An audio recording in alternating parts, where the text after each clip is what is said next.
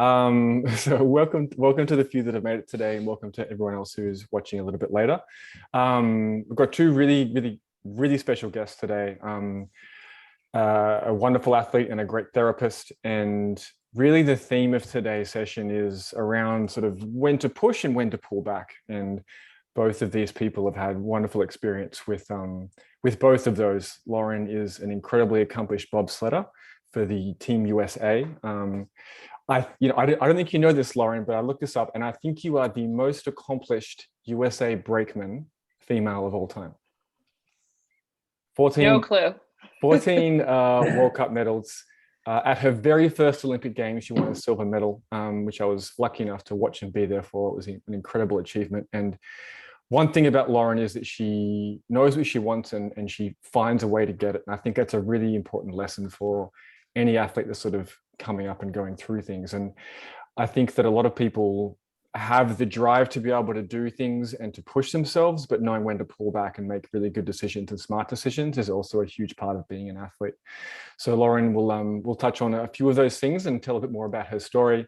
And Chris is going to give us some insight from a therapeutic point of view. He's a really excellent therapist, one of the best that I've seen in my travels. I've worked closely with him and I've seen him work his magic with his hands and with his needles and with his brain. And he's going to talk about, from a sort of therapy point of view, what's really important around therapy, choosing therapy, the right time for the right therapy, what sort of pains are okay, what pains are not okay, as well as I'm sure he'll touch on a bunch of other things. So we'll start with you, Lauren. I'll let you take the microphone. Thank you guys both for being here. And as always, to the few that are here, if you have any questions, we'll do a little Q&A at the end of each of the people talking. If you don't want to speak, you can just write a little message into the chat there and we can bring it up. So, Lauren, over to you.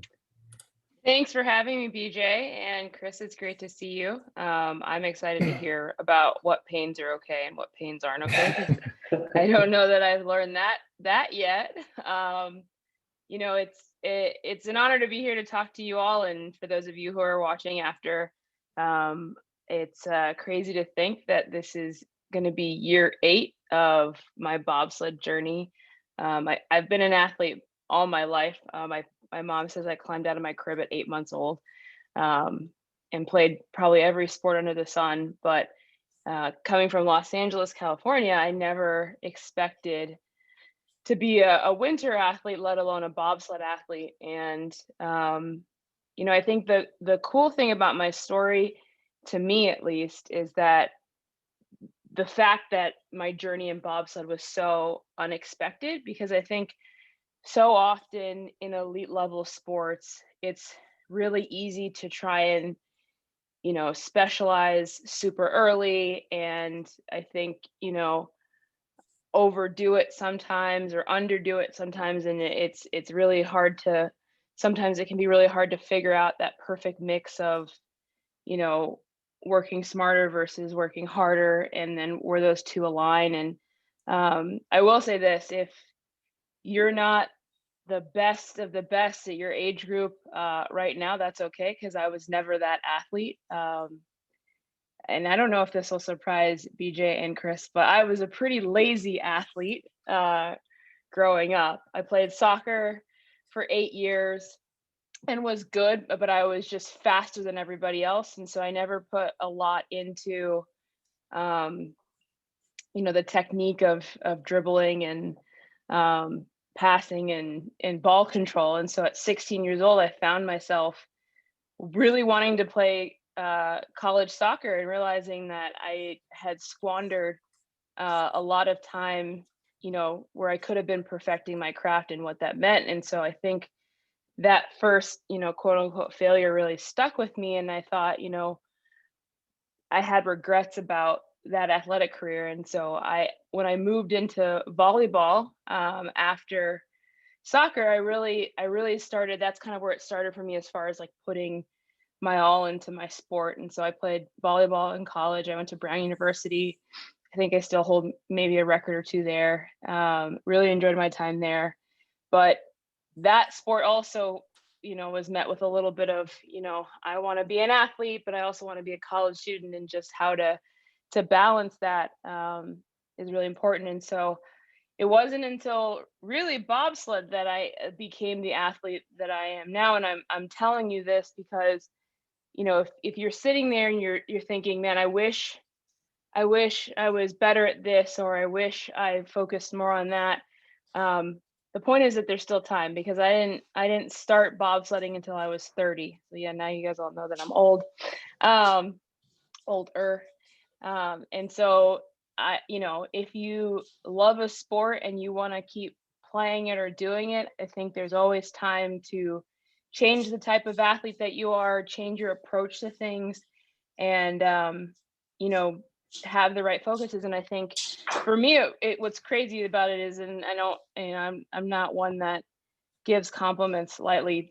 The two guys on this call, Chris and BJ, are big reasons as to why I was able to make that switch. When I started bobsled, I ran same arm, same leg. Yes, that is possible. Yes, it still feels natural. And yes, when I line up to do a sprint, I have to check myself still. So you can be elite in one thing and still struggle in other things, and that's okay. And so, I was lucky enough to get introduced to BJ via Altus, and my teammate Alana Myers-Taylor, who actually recruited me into the sport. And it was great to just find a coach that would be patient with me, because I can be a pain in the butt. I think most elite athletes can be, hopefully the right type of pain in the butt, but also was able to meet me where I was. And so I think that's the first thing I would say is, I don't know where BJ ranked on the scale of proficiency in coaching. It didn't matter, because he spoke the language that I needed to hear in order to be my very best. And so I think that's really important. It's like, what do you need to be your best, and how do you figure that out? For me, weightlifting comes very naturally. I can get strong in a couple weeks. And I think most athletes really enjoy doing the things that come naturally to them. But what I really had to learn was I had to really step out of my comfort zone. Not that bobsledding isn't stepping out of your comfort zone. It already is. It's like being rattled for a whole minute. But I really had to focus on the things that I was terrible at in order to see improvements. And so that was why it was such a good fit with BJ. And then because I was so bad at sprinting, that's where Chris came in to fix it all when I messed everything up.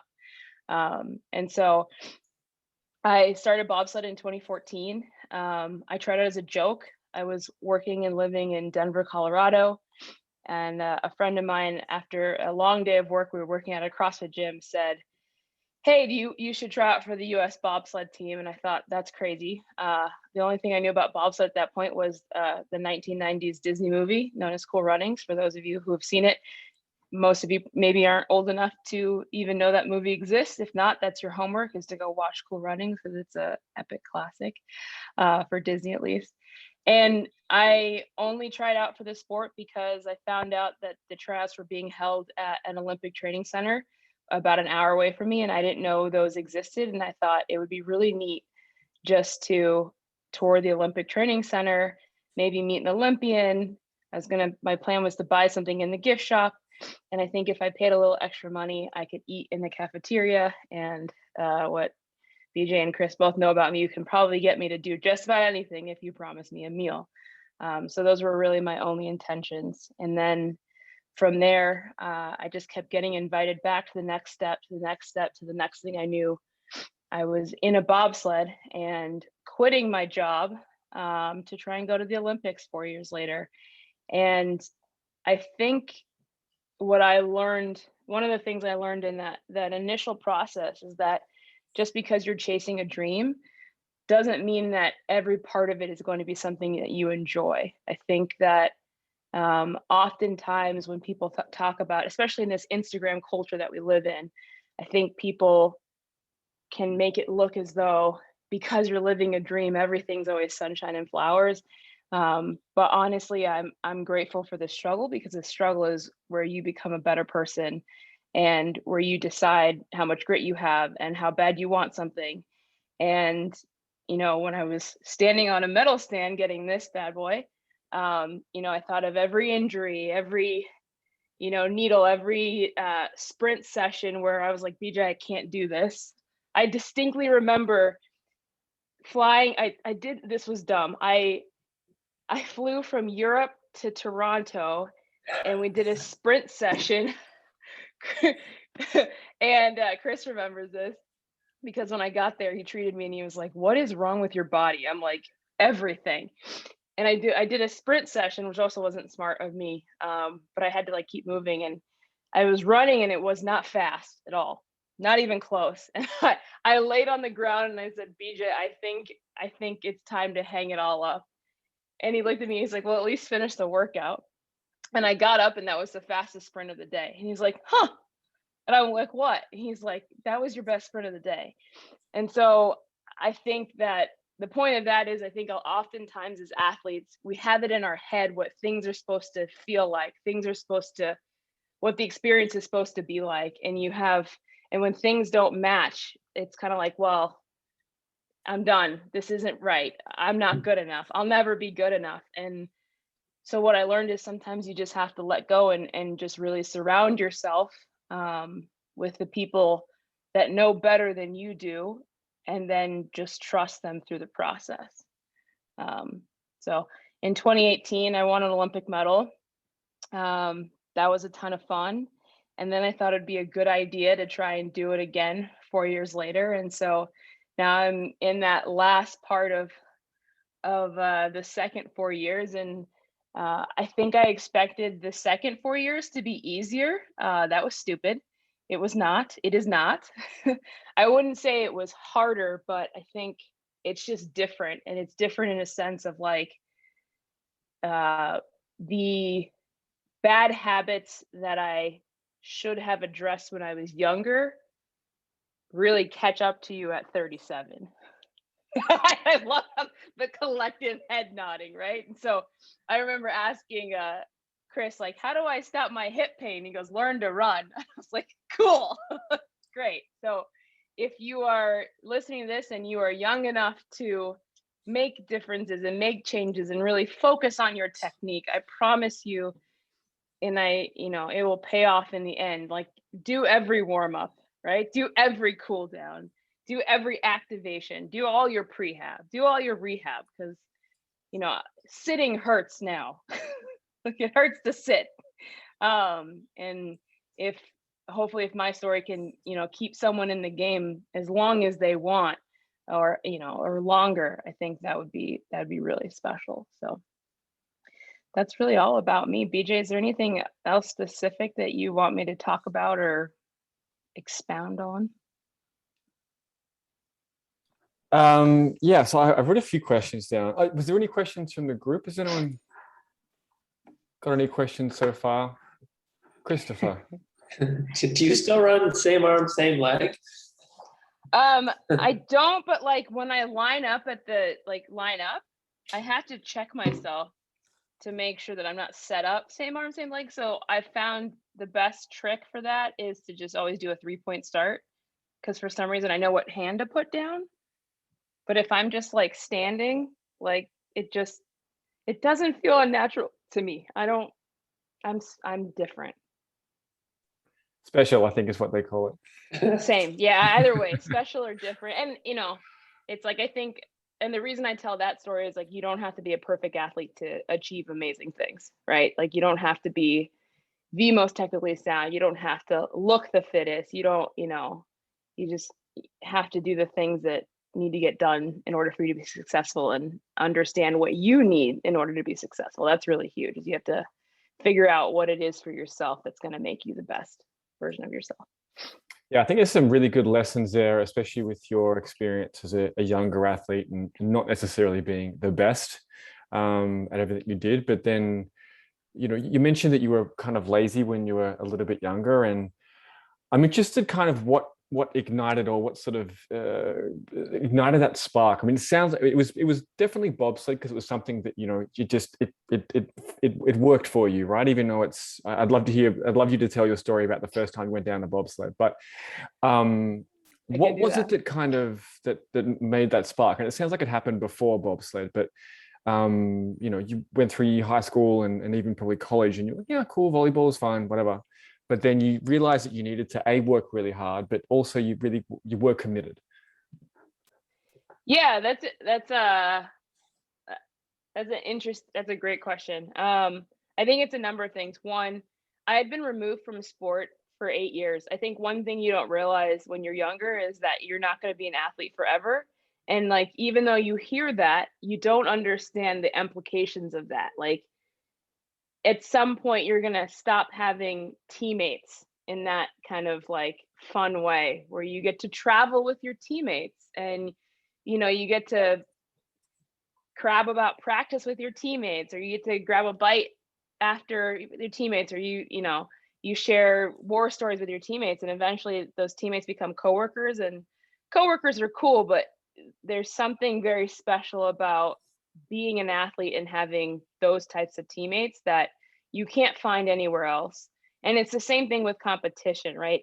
It is socially acceptable to be super competitive on a soccer field or on a track, or you know, in a bobsled. In the real world, that's a little more frowned upon. So that adrenaline that you get from competing, it's hard to find any other place, unless you go into sales. But even then, that's different because it's for your livelihood, right? It's very rare times in your life will you do something just for the love of that thing. I think maybe, I don't have any kids, but I'm assuming that's what having kids is like, right? You do it for the love of your children. But like, then there are very few times in your life where you can really focus on you and, you know, quote unquote, be selfish and just, you know, really focus on fine tuning your craft and your tools, which is your body. Like that's amazing. And there's nothing like feeling like you've prepared and you're a superhero and no one can touch you and you know you're going to get the job done. That's an amazing feeling too. And so for me, I was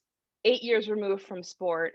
I was 30 years old. I had a great job by, you know, external standards, but I was bored out of my mind. And I felt like I had worked so hard to achieve things that I thought would make me feel like an adult and make me feel successful and like check all the boxes in terms of like what society deemed to be appropriate for my age. And it didn't fit with who I was.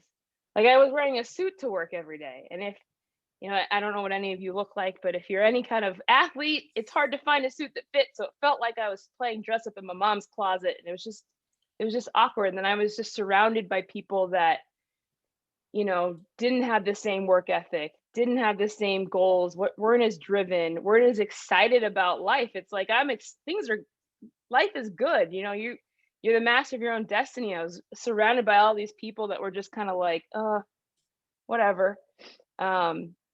And so that was the big shift for me. So I felt like, you know, my life had been leading up to this true second chance. I was like, you know, it's like, Lauren, you have a chance to be the athlete that every coach you've ever had told you could be. I had a coach because I was funny enough, BJ, I was a long jumper in high school, and I was actually recruited to Brown to long jump.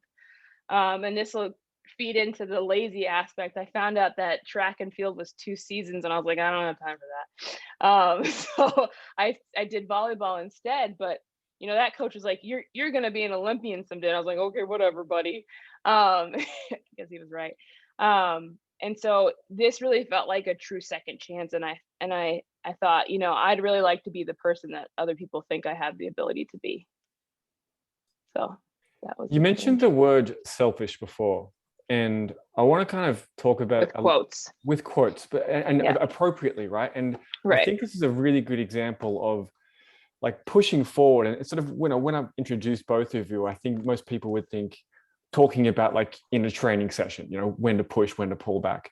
And I mean, you've pushed 2 of the best female bobsled pilots of all time. And all time. And that just gave me chills. And you would say pretty confidently that they've both got very selfish moments, as have you.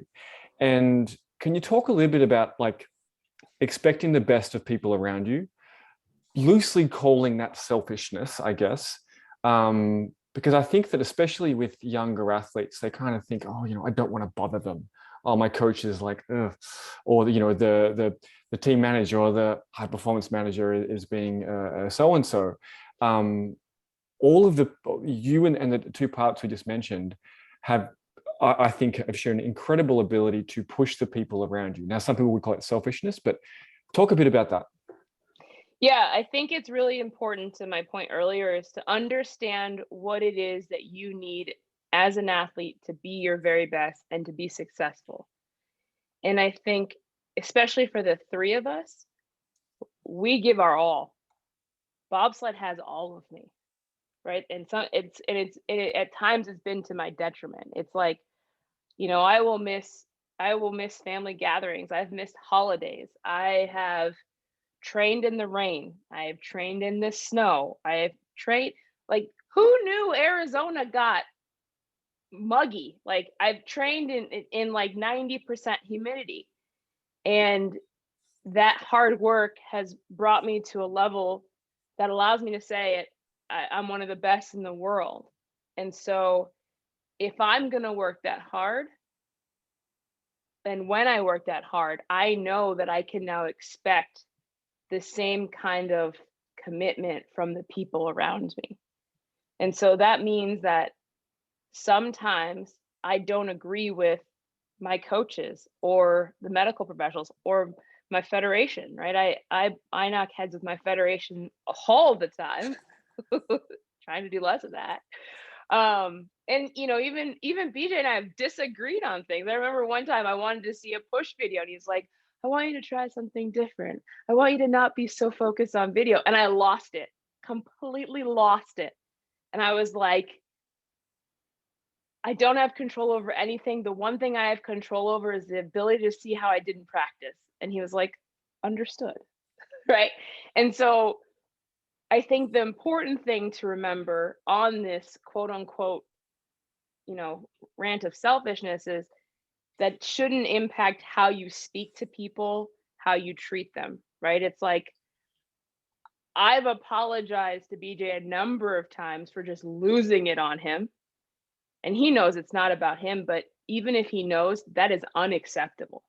It is never acceptable to just be a rude, awful human. That is not the kind of selfishness I'm talking about. It's if I'm going to put in the time, I just expect you to give me your best back so that we can go together and win an Olympic medal. And that's what I mean by selfishness. It's just, you can only demand what you put into it. So it really means, in order to demand the most, you really need to check yourself, right? And then some of it is like, if you don't know how to give your best, sometimes you need to ask people, like, what do I need to be doing differently? Like, how do I become the best? How do I better prioritize it? Because not everybody is born with the capacity to be able to self-analyze, what it is they need to change. But I think we can all ask questions that can get us to that place to be able to do that, and then have the right to expect to demand the best from the people around us. I think it's an important distinction there with, you can be selfish without being a jerk, basically. Yeah, exactly. Don't be rude. But similarly with that kind of, demanding obviously a lot from yourself, obviously a lot from the people around you. You talked a bit before around shifts in your career and having such a long career and spanning over, I guess 3 sports, but if you go back to soccer as well, or long jump, it's more. I mean, you mentioned before, the choice you needed to make to actually sprint. So you found yourself a coach. What were some of the other things? Because you've made a lot of shifts in your, lifestyle and where you were training. What were some of the biggest shifts that you've made, potentially even ones that you made that you didn't feel like were very successful? And like, I guess what motivated them and what helped keep you in check with some of those changes and those shifts?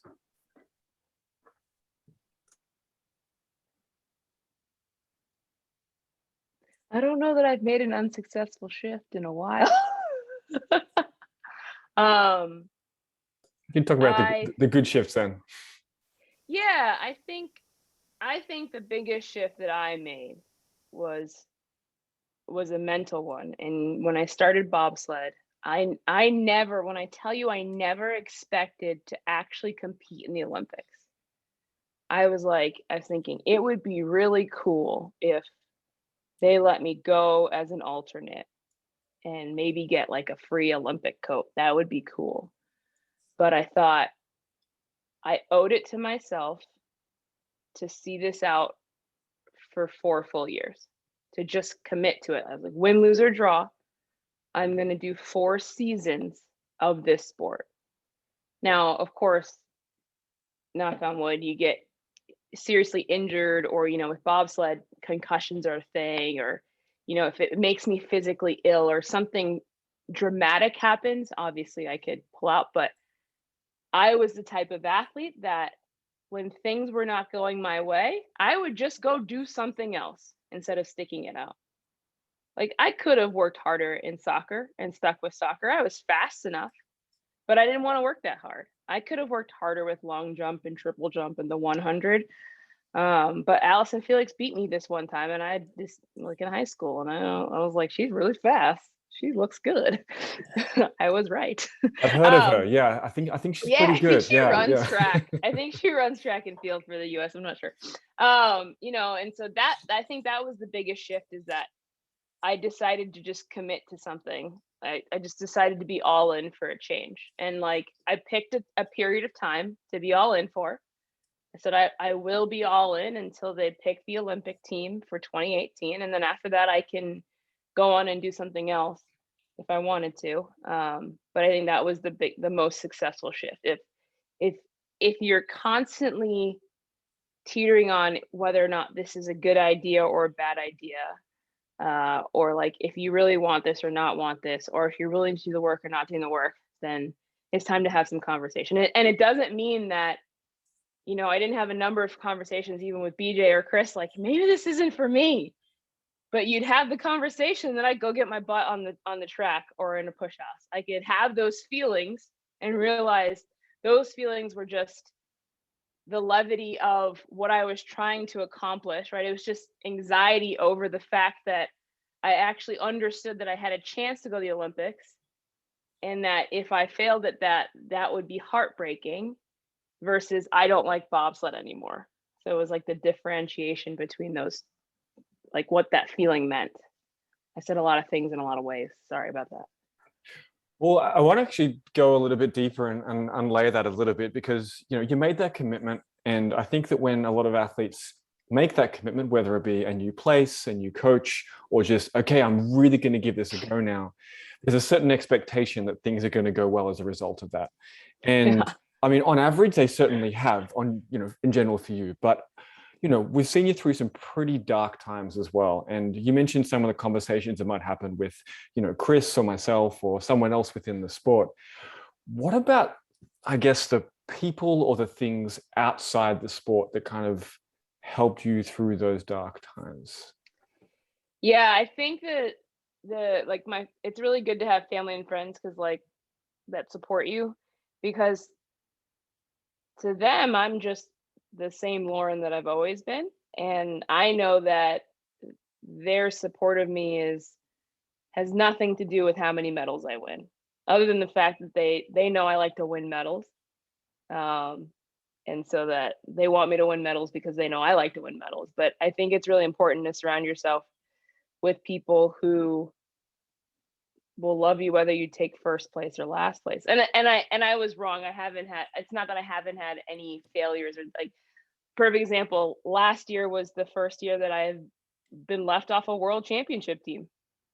It was the first time in my entire career where I did not race world championships, or did not race the big race. And it just wasn't my year. I can make a lot of excuses as to why. COVID is a big piece, but like, other people got it done. I just didn't get it done. It wasn't BJ's fault. It wasn't Chris's fault. I could have used a couple extra needles, Chris, but he couldn't get into the country. It was 100% me, because I've always found a way to get things done. And so I think this isn't what you asked, but I think taking ownership of your successes, but also taking ownership of your failures. If you're the type of athlete who who celebrates themselves when they do well, but points fingers when you fail, it's going to be hard to be continually successful. I would love to hear your story in your first. I love your story on the first bobsled trip. All right, I need a prop for this. Hold on. All right, so I gotta set the scene first. So again, I started the whole process of bobsled in August of 2014, so summertime, right? I'm in Colorado, training, whatever, sprints, good stuff. Get invited to a rookie camp in upstate New York, Lake Placid, which is actually closer to you all than it was to me in LA or even Denver. And so I keep getting invited back. And then the next thing you know, I'm back in Lake Placid. I'm the first rookie to take a bobsled ride. And I find myself standing at the top of what they call a bobsled track, which to me looks like an iced over death trap of a water slide. Like I'm standing at the starting block and looking down the start ramp, and like I had never seen bobsled before, not for real. Like I'd watched, like I said, I watched Cool Runnings, but the start ramp looks flat. This looked like I was gonna get dropped off a cliff. And you can see all the way down into the first corner, and then it just goes dark. It's like those water slides where you can't see what's in front of you. And so I'm standing there, and the person's like, "Hey, you have your burn vest on?" And I go, "Yeah, why do you need a burn vest?" And they're like, "Don't worry about it." And then they're like, "Here, put this motorcycle helmet on." And I was like, if this is safe, why do I need a motorcycle helmet? And so I made the mistake of asking, like, what is this going to feel like? And they're like, kind of like being kicked off a cliff in a trash can. And I was like, excuse me? And the next thing you know, the start bell went off, and I was like, well, here goes nothing. So I start pushing, right? We'll put quotes around that because I think it was kind of like trotting behind it, because I had pulled my hamstring like a week or two before, because I had never used my hamstrings before. Like I was 30 years old and I'm very quad dominant, never used my hamstrings before. Sometimes I still wonder if I actually do. Definitely never used my glutes. And so I'm like trotting behind this sled. Pilot gets in. I hop in, I think, because all of a sudden I went from running to in the sled. So I think I blacked out halfway through. I load, we'll pretend like these are my legs, and my feet are in the wrong spot. Like my feet are supposed to be on the foot pegs, and they're in Alana's back. Hold on. No, here. So these spikes, see those little spikes? There's like 300 of them are like planted into her back and like her elbows. She's like nudging me to get off as we're going into the first corner, and finally I put my foot down and I'm good. And so we get into like the first few corners, and I'm like, okay, this is kind of weird, but like this is not like kicked off a cliff in a trash can. So like people must just be messing with the rookies today, trying to freak us out. I'm like, I'm gonna be totally fine. And as I finish that thought, we enter this section of the track called the Devil's Highway, which I still to this day don't know why it's called that. But I went from fine to my head ping-ponging from one side of the sled to the other side of the sled. And just as I'm like, oh, this hurts, we hit corner 10, which is known as Shady 2, which there was a Shady 1 on the old track. But the next thing you know, I go from kind of riding low to my head being thrown into the bottom of the sled, and just like, I saw like, I don't know. So I couldn't see anything. And then I was like, cool, this is how I'm going to die. I don't know what went wrong in my life that made me think this was a good idea. And I'm having this like internal, just like screaming match with myself. And then like, anytime that happens, like your mom's voice pops into your head, like, Lauren, what were you thinking? And then by the time that whole conversation was over, the ride was over. And I popped my head up and I said, F yeah, let's do that again. And I was like, what is wrong with me? What did I just, maybe no one heard me. And so at the beginning of every bobsled season, it's super warm. So the outrun, which is like the braking stretch, is uphill, because like the whole goal of the outrun is to slow the sled down so you don't get launched off the end. So 9 times out of 10 in the early fall, we have to push the sled up the outrun. So I'm sitting there like screaming and celebrating while a 2-time Olympic medalist is out of the sled, pushing the sled because we didn't make it up the outrun, with me celebrating in it, screaming, "Get out of the sled!" And I can't hear anything because I have a helmet on, and she's got a helmet on. We both have mouth guards on. Finally, I get it. I get out of the sled, push myself up there, and that was my first ride, and that was it. I was like, I'm bobsledding. That's it. That was it. And then you were hooked. That was it. So I did not choose bobsled. It chose me. Lauren, do you still have that video up on your Instagram of basically the inside the sled? So kind of a real, okay. Can you please put your Instagram handle up in the chat so people can come and watch that and also follow Lauren's journey? So as she said, she's about to endeavor on her second Olympics, her 8th season with bobsled, which is crazy. So Lauren, we wish you all the very best. You've got some testing coming up this month, and then things start getting rolling. So all the very, very best. Thank you so much for joining us and telling your story. I hope that the people here and people who are watching it sort of got a little bit out of it as well, and can take some of your keynote messages and take them into their own sport and their own training. So yeah, Lauren, thank you very much. Thank you, and best of luck to everybody. And if you guys have any questions, you can slide into my DMs. Always happy to help a fellow athlete. But I'm gonna stay on because I'm curious to see what pain is good pain and what pain is bad pain. So thank you for having me, BJ. Thanks, Lauren. Okay, so we have Dr. Chris Clatton coming up next. So Chris has worked with a lot of different sports in the past. He worked with bobsled. That's how we first met a number of years ago. But he's worked with NHL players. He's worked with a lot of track and field Olympians. The last couple of years, you've been with Mike Rogers and what's the track club down there, Chris? With Mike and those guys? In Austin, I can't even remember. It was with Felicia. I don't even know what the club was called. Cool. But they were good. They were fast.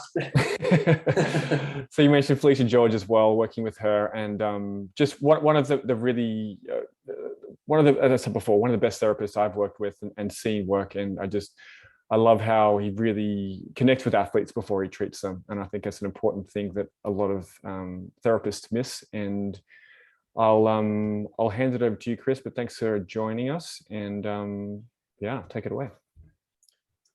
So I'm a chiropractor. I started as a kinesiologist before this, and I studied chiropractic in Canada, the Canadian Memorial Chiropractic College.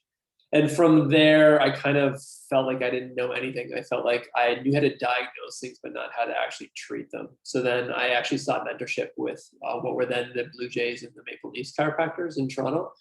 And they kind of put a whole combination of things together, which was like electroacupuncture, active release, obviously the joint manipulation, like performance or KT taping, some like the grass and stuff for the like myofascial flow stuff. And that's where I started to sort of formulate the way I looked at the body as it needed to be treated. So I kind of drew a little visual, like every problem for me, if we look at the triangle, is like myofascial in one quarter. So I need a way to assess the myofascial situation, which is usually my hands and a bunch of like passive and active range testing. The joint, obviously. Chris, yeah. For those who might not know sort of what fascia is, could you sort of give a quick sort of brief summary on what myo meaning muscle, but what fascia is? Yeah, absolutely. So you've got a muscle, and then there's a wrapping around the muscle, which is like saran wrap on the outside of the tissue.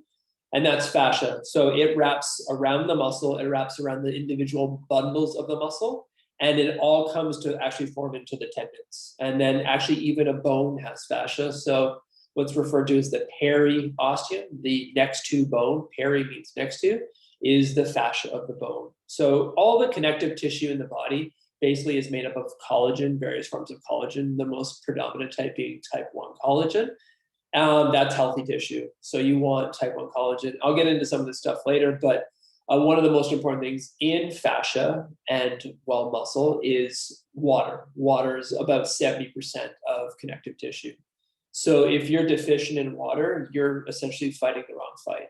So hydration is obviously pretty critical. I'm sure everyone is very well aware of that. Fascia it's become this like huge body of research in the last, I'd say 15 years. This is guy Thomas Myers that did these incredible dissections where he can literally dissect the fascia from your eyebrow down to your big toe in one continuous line. So he formed what are called the anatomy trains. So a lot of therapists have studied these anatomy trains, which run front, back, deep front, superficial front. They crisscross the body, and it's actually wildly cool. I was teaching acupuncture at McMaster, and a lot of times we teach, on cadavers. So unfortunately, deceased people, but they've lent their body to science. Thank you for that. And there's this really cool stabilization pattern where you look at one glute goes to the opposite side lat. So like that big back muscle to the big like glute, and it goes through a fascia, and it's actually at the deepest level, it's ingrained in a crisscross pattern into the spine, into what's called the periosteum. And you can actually see it on the spine in what's called the trabeculae. They're like these little patterns. Like if you see trees have rings, the spine has trabeculae. And it's just a wildly cool thing, and people have studied it for a long time. And probably about 12, 13 years ago, they discovered that fascia actually has contractile cells. So we usually think of like your muscle contracting in your bicep or your glute, but muscle or fascia can actually contract as well. So fascial health is a hugely important thing for any type of athlete. And BJ and I have had conversations over which sprinter is more neurologically driven, which one is more like, strictly fast twitch power driver, which one is more fascially based. And obviously there's like a continuum from one to the other, but it's a pretty important thing to have working in the system. It's interesting when you think of force production. I'll try not to get into too much deep physiology, but there's two parts to force production. So when a muscle flexes, the optimum part is at about 50% of the length for what's called the active contraction point. So muscles have what are called cross bridges. So they come and they shorten and they elongate. And elongating is actually, it breaks the bonds and it rests them like Velcro, and then they grab on and they break, and they grab on and they break. And actually that does more damage. So you can understand how, as you're coming through your stride, you overload your hamstring when things aren't at an optimum balance. So that's a pretty important thing to understand. Eccentric load is actually what does more tissue damage than concentric, so like flexing. So that's the active portion, but the passive portion is where all the fascia comes into play. And those are the things like they wrap the bundles of the muscle, they wrap the muscles, as I've said, and that creates a huge amount of load. So it's like I'm extending, the fascia's grabbing hold, and it creates an elastic response. So that's what plyometrics are. So you're learning how to basically store your energy in your elastic system quickly and to let it be used for your recoil. And that's a hugely important part of obviously training and sprinting and basically anything athletic that isn't slow. Going on to joints. Oh, Siri's talking to me right now. Let me turn her off. Going on to joints. So a joint is where two bones meet or multiple bones meet in numerous cases. But it's obviously a big part of the equation of a therapist, of an athlete, of a trainer, of a coach. All of that needs to be managed. So you can use traditional and chiropractic styles. I've, in the last 5 or 6 years, have been studying more like osteopathic styles. All of it still produces a result in the joint. We'll get to when to stop and when to continue later. I kind of have developed a Maslow's hierarchy of what you want to have in this process, and we'll get to that in a little bit. And lastly, and arguably possibly the most important, is the nervous system. And the nervous system sort of figures out how it all works. So you got nerves that travel from your brain basically down to the muscles, and they end up forming what are called motor nerves, and then sensory nerves that pick up the sensation. And that's a really important process. If we get into a little bit more of the nitty gritty, you have both excitatory, so they excite the system, and inhibitory. And there's always constantly a balance of these things happening when you're doing all your things. When you have acquired a skill, like when Lauren learned to not run same arm, same leg, and she had some level of skill proficiency and skill acquisition, you run an automatic program in your brain, and it's a motor engram. So you don't even have to think about it. It just happens. And that's when you start to get skill proficiency and optimization. But that all came through the nervous system, and that was built hardwired into the brain. and then hardwired into certain levels of the spinal cord. Basically, when you hit someone's knee to assess the reflex, that assesses what's called a deep tendon reflex. That doesn't even go back up to the brain. That only goes to the level of the spine that you're assessing, and that's why they do it, to assess for spinal cord injuries or injuries to the disc. I digress. But the nervous system is a hugely important thing, and the reason I think it's one of the most important is that you as a person, as an athlete, have so much input into that thing, both good and or bad. And we'll kind of get into the Maslow's hierarchy, as I discussed a little bit further. And then this is all governed by your psycho and your social. So like what's going on in your head, what's going on with your friends, what's going on with your family, what's going on in your world. So the more you can have an optimized environment for that, then you can start to actually look into the triangle of like the triangle of treatment, as I call it. And, there's countless times where coming into my treatment room, and Lauren, you can probably attest to this, maybe it wasn't you, but maybe some of your colleagues, it isn't at all about the joint manipulation or the acupuncture I'm going to render. It's actually about the conversation, and it's about like settling that nervous system to an optimum point. Nervous system you think of as sort of the two. There's like sympathetic fight or flight, which is a really awesome thing until it's not. And then parasympathetic sit and digest. And when someone's in the state of flow, they've found that optimum sweet spot where they're just flying, but they don't have too much sympathetic drive and they don't have too much parasympathetic drive. And that's like the sweet spot. So if like an athlete comes in to work with me and I notice that their sympathetic is through the roof, I won't even lay a hand on them at first. Or if I do, it's actually to bring their sympathetic back down. And in that case, I might not acupuncture to activate a muscle. I might acupuncture to regulate the nervous system. So like a lot of times the first year I was with bobsled, we were doing like drivers only treatments the night before races to sort of put them into a sweet spot of their neurological state, a balance between the sympathetic and parasympathetic. Another little triangle down the bottom is this sort of like triad of the athlete, the therapist, and the coach. And that is a hugely important thing to me. And we'll get into that a little bit more later.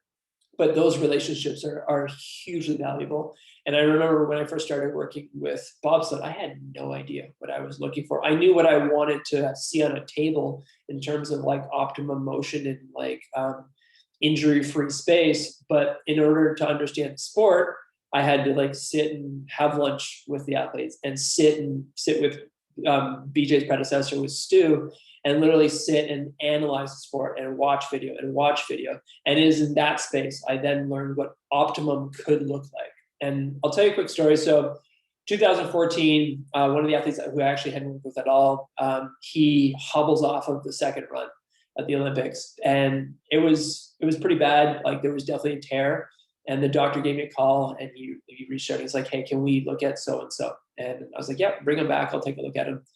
And he had a grade 1 tear to the myotendon disjunction of the gastrocnemius, which is like where the big calf muscle meets the tendon. 3 calf muscles, 1A, 1B, and 2. So the gastric has 2 heads, and then the soleus all come in to form the Achilles tendon. Obviously, every runner ever understands what the Achilles tendon is because it's one of the most commonly concerning things for a runner, for a sprinter, for an athlete. Having torn mine fully, I fully appreciate how important that thing is. So he has this grade 1 tear, and I didn't know him as a person. I didn't know him as an athlete more than having seen him a couple times. I knew he was like hugely competent. He'd already won a medal in the previous Olympics. And I just started to get to know him and just put him at ease because his nervous system was just on fire at that point. And he's between day 1 and day 2 of competition. He still, in theory, could have 2 more runs should he be able to compete.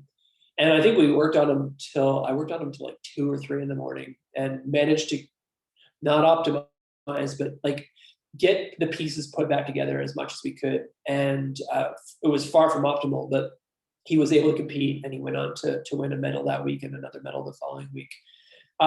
So it's interesting that you can work with a compromised system, but still optimize the compromised system. And I think something that BJ and I have often talked about is the importance of a plan B. And there's an importance for it. Like you show up to a training session and you had a bad night's sleep, you had a fight with your boyfriend or your girlfriend, and things aren't awesome, but you got to put some work in. So you can always come up with something. You might have a niggle somewhere in your hamstring, your calf, or your whatever. You can still put some work in. And I remember being down and training at Altus in like 2014, 15, 16, and the importance of like working through the progressions of the drill, so that you can understand, well, we can't do that, but we can take it a step back and we can still do something. And from a therapist perspective, that's hugely important for me, because I still want to keep that neurological system engaged, because as soon as it starts to shut off, that's when we have a lot of work to do. And that's when you start to form like very malproductive, counterproductive patterns. And like every athlete is also a master mimicker. They can create these patterns better than the average Joe. And it's also harder to break free of those. So if you have access to therapy at that time, do seek it. Let's maybe move on to the hierarchy. So like in terms of like, if anyone knows Maslow's hierarchy of needs, it's like, I need water, I need food, I need sleep.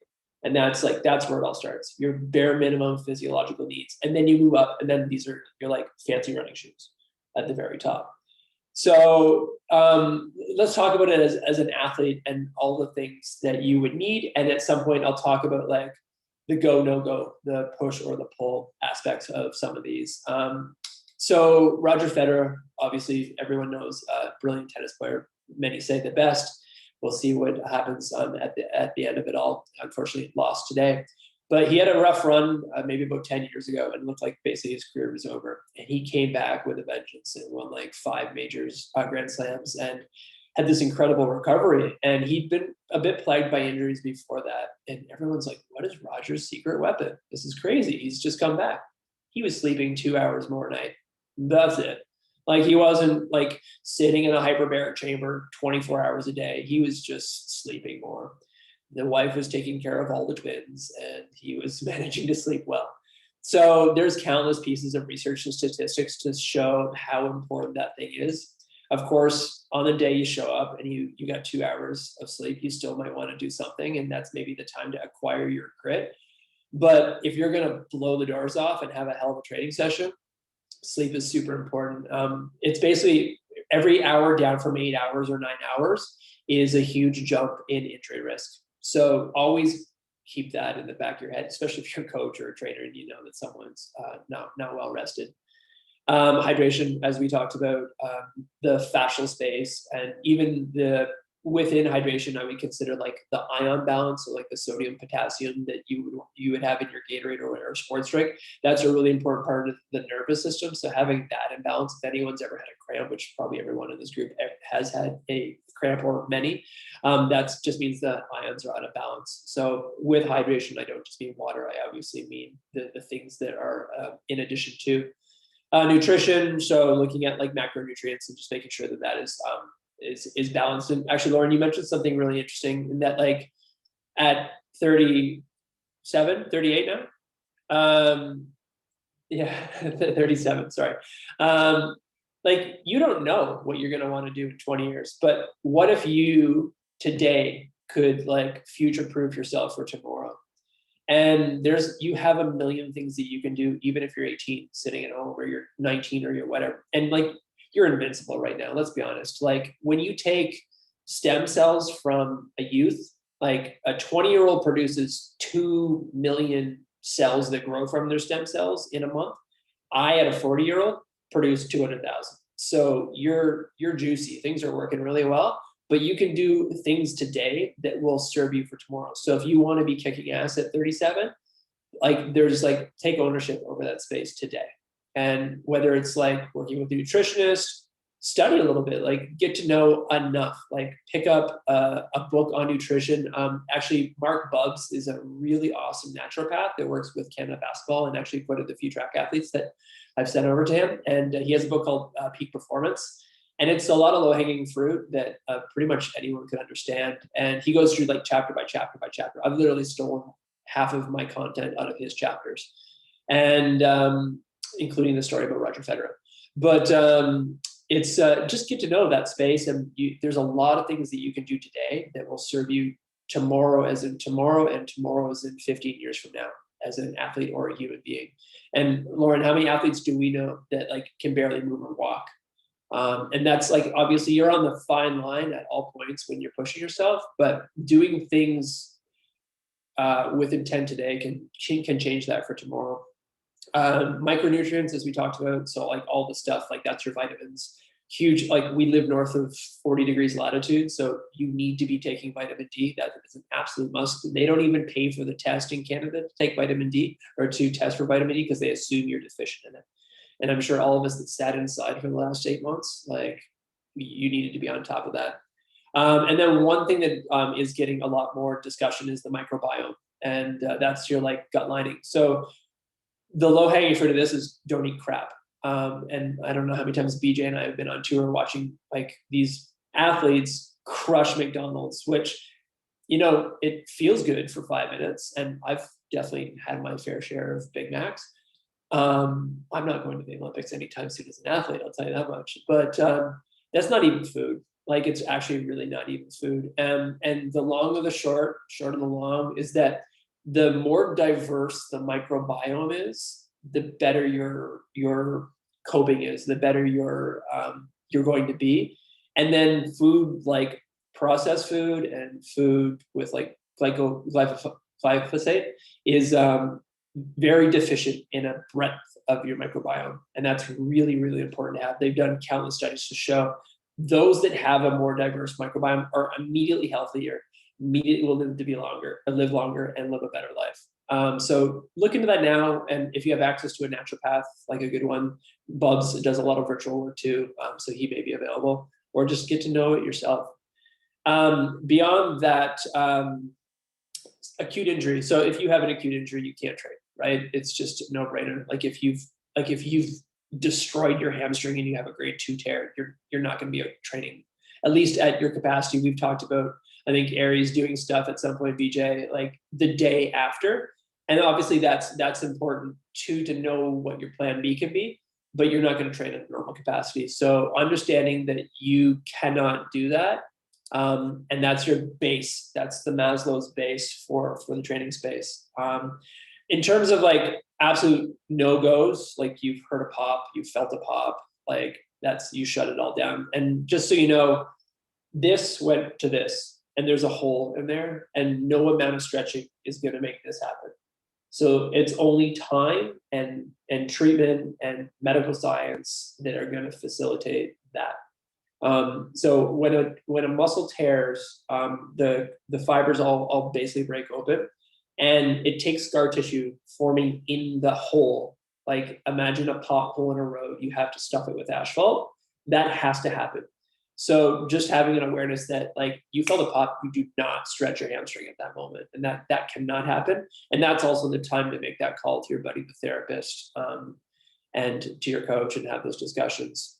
So if we're stepping it up a level from the base level of requirement, little niggles, like there's no athlete ever that hasn't had a niggle that they needed to train with. So I think there's actually, me as a therapist that's looking to optimize the system, the niggles are really important to me. And I say niggles and say that you can train through them to a degree. And I think what's important is that, like, as we discussed, you have a plan B when it's a bit more than a niggle.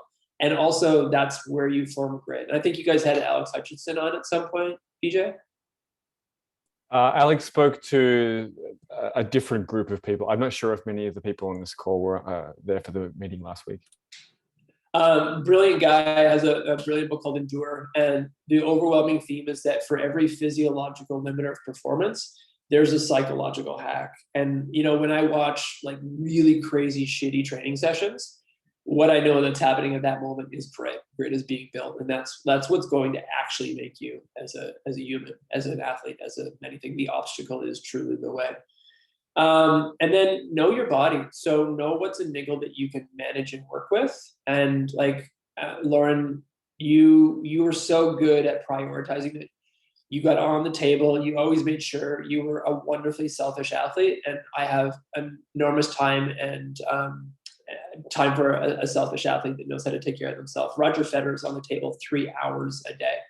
You might not have access to that, but you might need to prioritize what that would look like for you. And when I say know your body, as a therapist, if someone just shows up and they're like, it didn't feel right today, then I have to start to coax it out of you. And that can be a bit of a tricky process. So get to know like what didn't feel right, what did feel right, get to know what a great baseline is for you, and then what the lower portions are, and then what optimum feels like for you. Because this is always where I want to aim to take you as a therapist. And I think it's a really important thing of having ownership over that as an athlete. And like most of the, especially the track athletes I've worked with, had an awesome like checkout routine. One thing I really implore to therapists that I train is that you test and then you retest. So like we do something that didn't work, and then we do a bunch of treatment, and then we make sure it does work to some degree.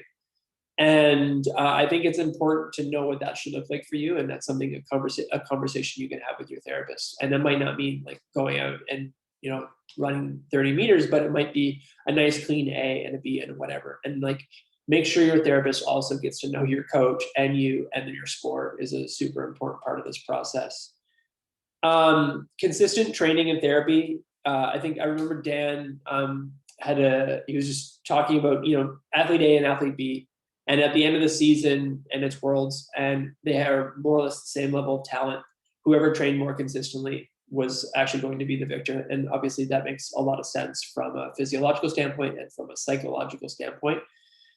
Consistency in that space is super important, and figure out a therapy regime that works well for you. And that might not mean with your therapist, that might also mean like self-therapy. And I know BJ's trying to get everyone tools, and that's really important. And start to figure these tools out for yourself, because you're going to be stuck somewhere and not have great access. And it's really important that you can try to manage it yourself, and have the confidence that you can get yourself out of hot water if you do get into it at least a little bit. Headspace. I remember having a conversation with BJ, it's like 6 years ago, where I asked him, outside of like the usual things that make an athlete successful, what he felt were the most important things. And he said meditation. And as I talked about this whole like psychosocial thing that governs all of your body and all of your physiology, I'm not saying everyone go out and sit in lotus and meditate every day and count their malabeats, but like maybe figure out what that looks like for you. Maybe it's like a playlist that puts you into that like optimized state, and it's all kinds of different things, but a proper headspace and management of that is really important. And then we discussed like both the psycho and the social, and everyone's probably heard the 5 people you surround yourself with the most are basically who you are. And I'm not saying ditch the deadbeats, but like, you know, if you're going places, you know, go places with people that are going places, and keep that around as much as you can, and still be loyal to your buds. And then I guess another like level below the baseline is just like, obviously equipment is going to be managed. Bad equipment is injuries. So you've got to make sure that that's taken care of. Like ritualization and habits. Did Martin speak to this group, BJ? Yeah, Martin Reeder's a pretty good buddy of mine, and I remember he was having this conversation. He competed 2012 in beach volleyball, and he and I were having this conversation about like ownership, and it's not just on the court or not just on the field. It's like answering emails to sponsors. It's like, you know, treating this as your job in everything that you do. And that will be the difference maker. And it might come down to like sponsorship money at some point, and that might be the difference. And I remember Laura doing it very well early in her career, was walking in to make sure she got free socks from stands. And I think we ate really good jerky for a good year. Yeah, like you have to take ownership over that space. And that could be the difference between getting the basic therapist and getting the expert therapist, and getting to a competition you need to be in and not. So definitely make sure you own that space. And then at the highest level, like I, as a therapist, don't look to just treat injuries. I look to optimize. And I was down at Altus, and one of the athletes was really good at articulating what the little deficiencies were in her system. And I could immediately go, oh, I know what my path to getting her more optimal at least felt like. And we were able to work through it, test, retest. And in an hour, she's got the table. She's like, PR tomorrow. And I was like, well, that's a lot of pressure for me. And I think she ran like a 1,500 second PR. But you and your therapist, you and your coach, you yourself, aim for optimal. whenever you can. Of course, settle for plan B when you can't. But one of the things when I interview athletes as to like the difference in, especially a therapist that made a difference versus the 27 that didn't, is they didn't A, know the sport, but more importantly, B, didn't test and retest and like get to know what deficiencies they could correct.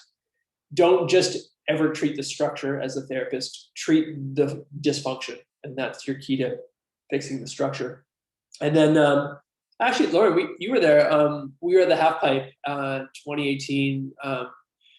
Having seen many incredible athletic things firsthand, this was the single greatest moment of flow I've ever witnessed in my life and probably will ever witness. And it's the third run of 3 on the half pipe competition. Shaun White has been doing it since he was like 6.5 years old. And he is sitting in second place. And the Japanese kid, I can't remember his name, looked like he was going to win the whole thing. And I just remember seeing him roll up to the line and going, whatever he did in his day to set this space up and in his life, this is his moment. And it was like time just, he had 10 hours in the air for every jump. He could do whatever he wanted. It was actual perfection. And hitting that flow space and, you know, starting to understand your own psychology. Maybe you work with a sports psychologist. Anyone I know that's worked with the best coaches, like they basically are sports psychologists at the same time. So take ownership over that space as well.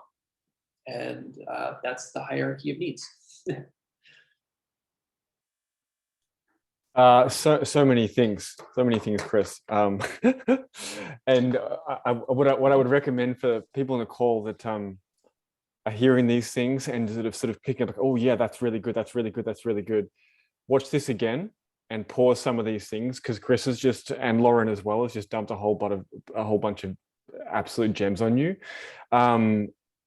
Yeah, really, really cool. I don't know where to start with my questions. Does anyone have any questions? I have a question. Yes. Chris, you were talking about like when you're talking about the nervous system, and then you're talking about sympathetic nervous system and parasympathetic nervous system and how they kind of have to, like, there's a balance between the two. I've never thought of it like that there need to be a balance when you're getting ready for competition. Could you talk about that a little bit more? Yeah, absolutely.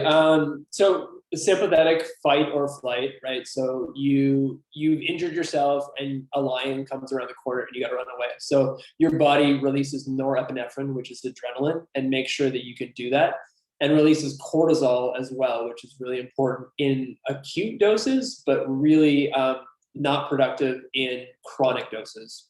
And that's basically society today. So everyone's running around thinking that the lion's chasing them and they're just pumped full of cortisol. And we know all of that problem.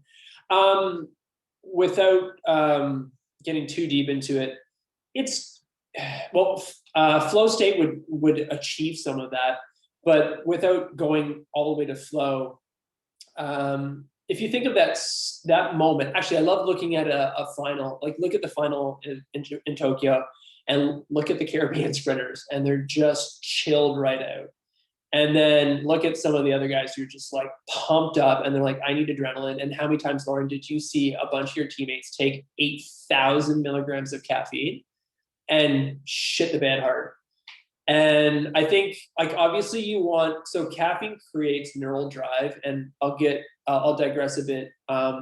Caffeine's really important and useful for people that are fast metabolizers. And this is like where nutrigenomics comes into play. So like knowing your genetic situation, people that are fast metabolizers, and you probably know, if you drink 2 coffees and you feel great, you're probably a fast metabolizer. If you drink a teaspoon of coffee and you feel horrible, you're probably a slow metabolizer. So what coffee will do is change that sympathetic parasympathetic balance. And if it's too assertively high, and this is something I look at as a therapist too, think of muscle tone. So you can be like, everything's super tight. That's sympathetic load is really high.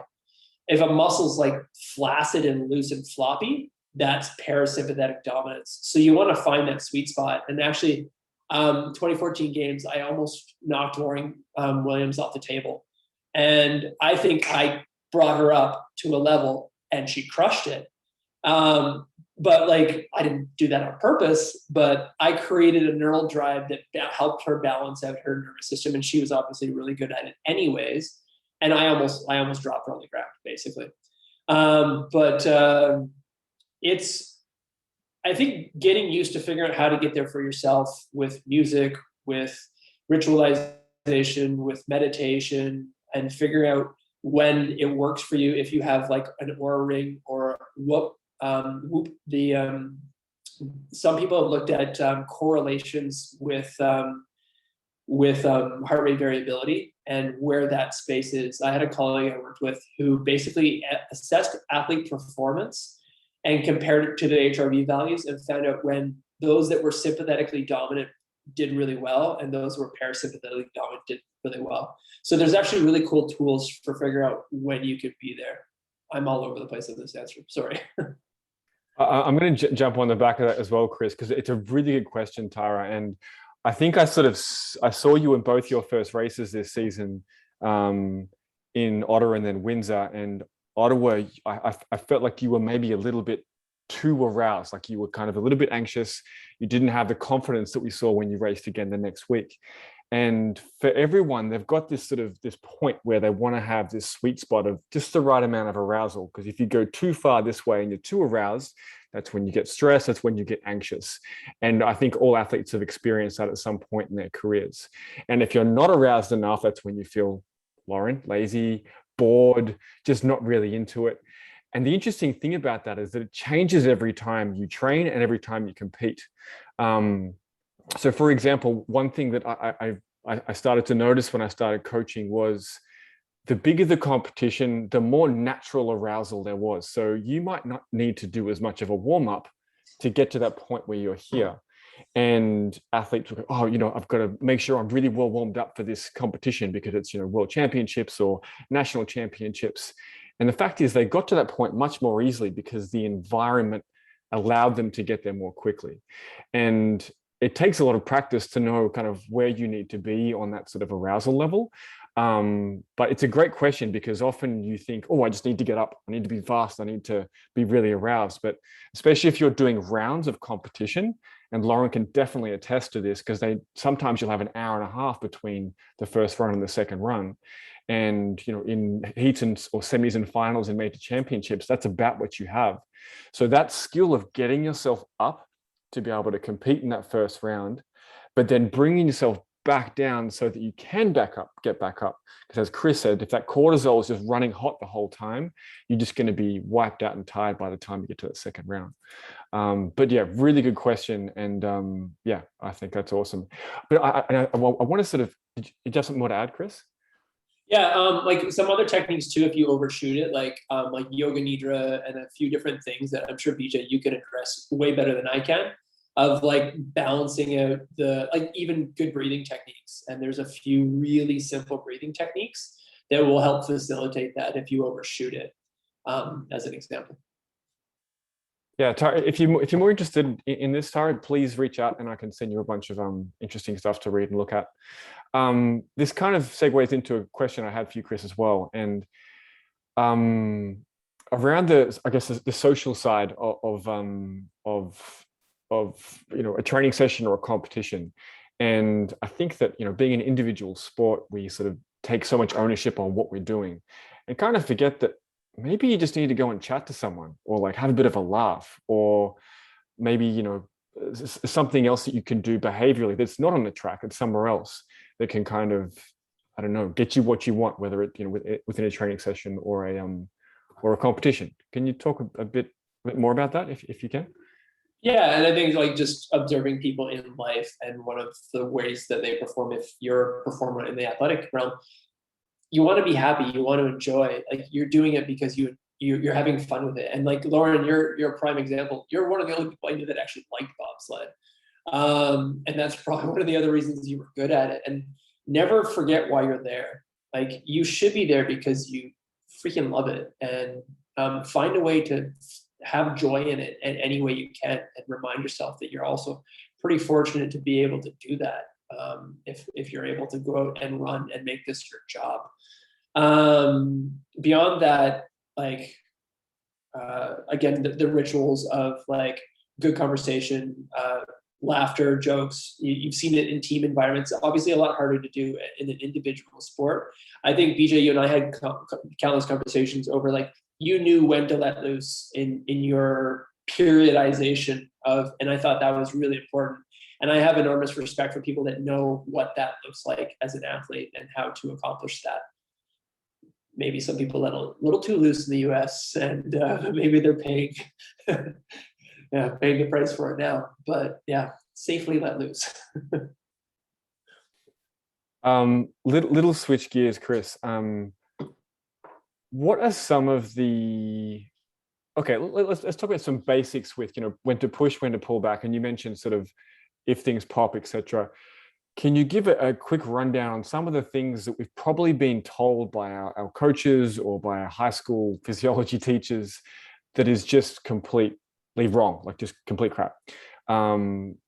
Where's the science now on things like icing, on stretching, before and after training? Yeah, I think like icing in terms of like ice baths, hugely impactful for working with the nervous system, probably more than anything.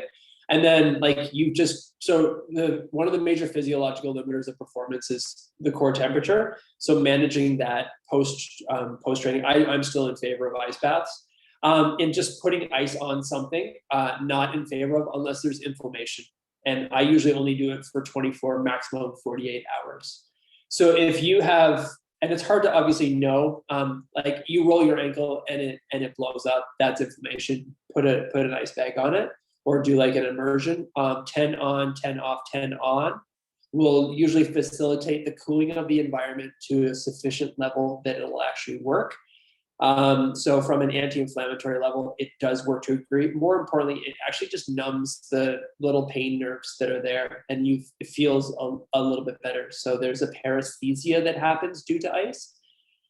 If it's not inflamed, I don't ice it. And pain is actually a really important thing. And actually inflammation is a really important thing to progress something. You need inflammation in your torn hamstring to heal your torn hamstring.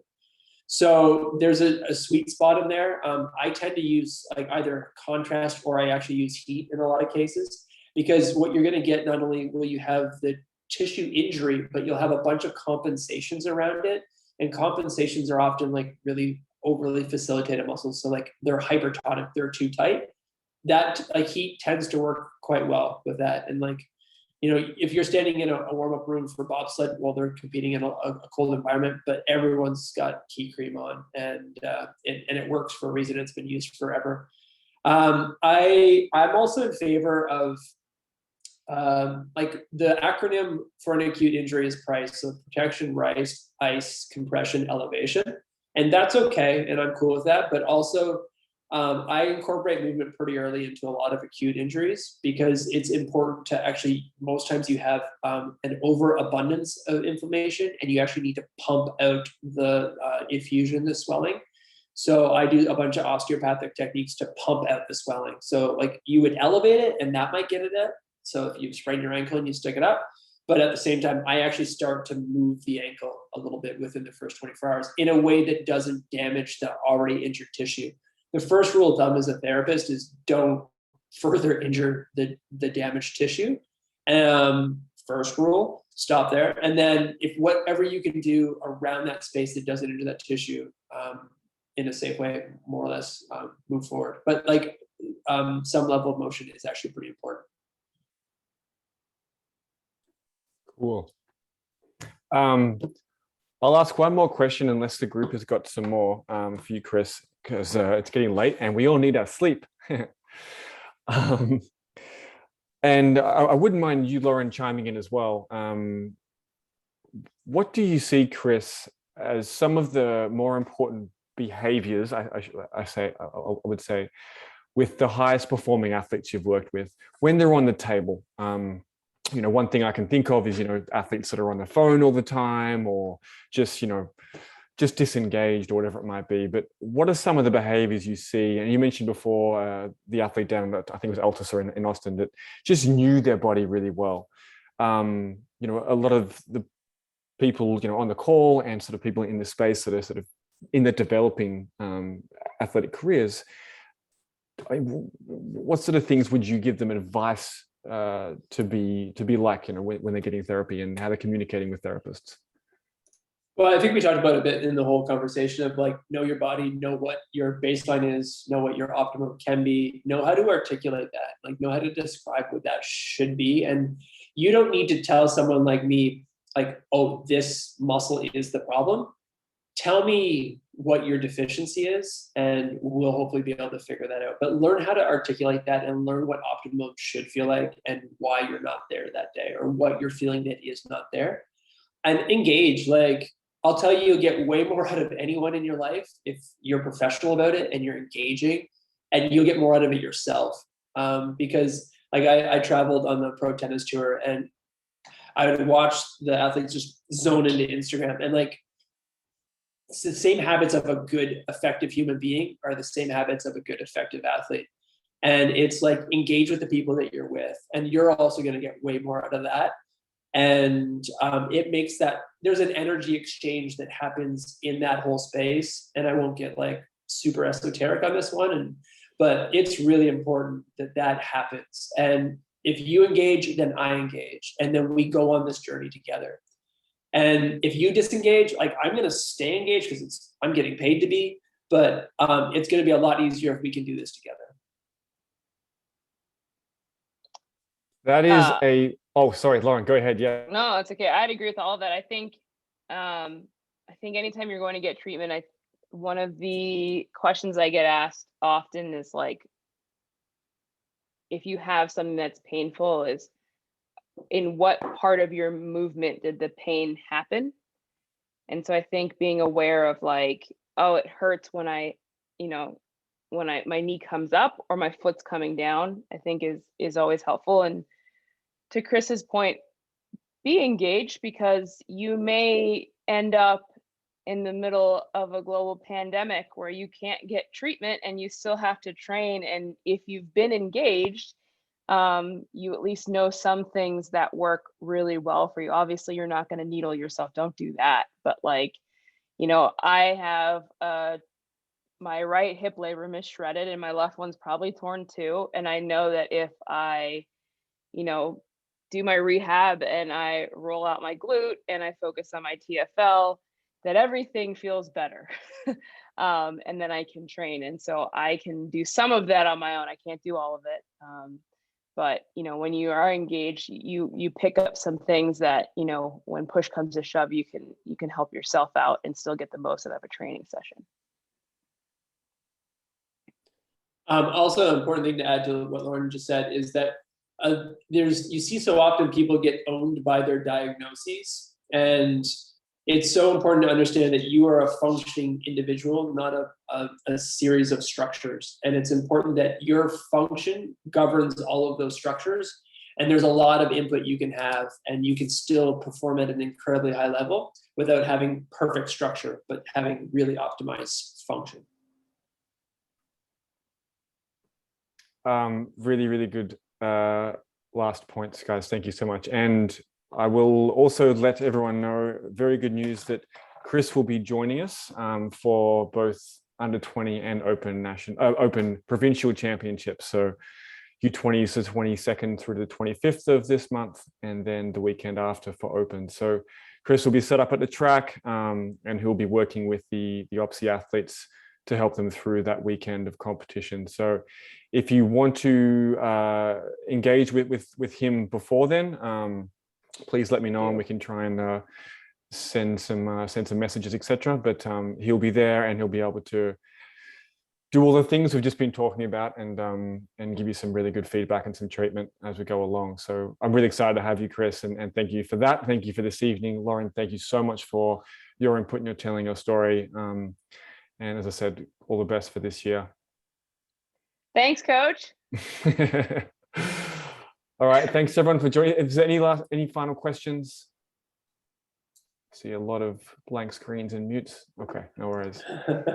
All right, guys. Well, thanks again, everyone. Meditate, go to sleep, get an early night, enjoy recovery, and we'll see you on the track. Bye. Okay. Thanks, everyone. Bye, guys. Thank you.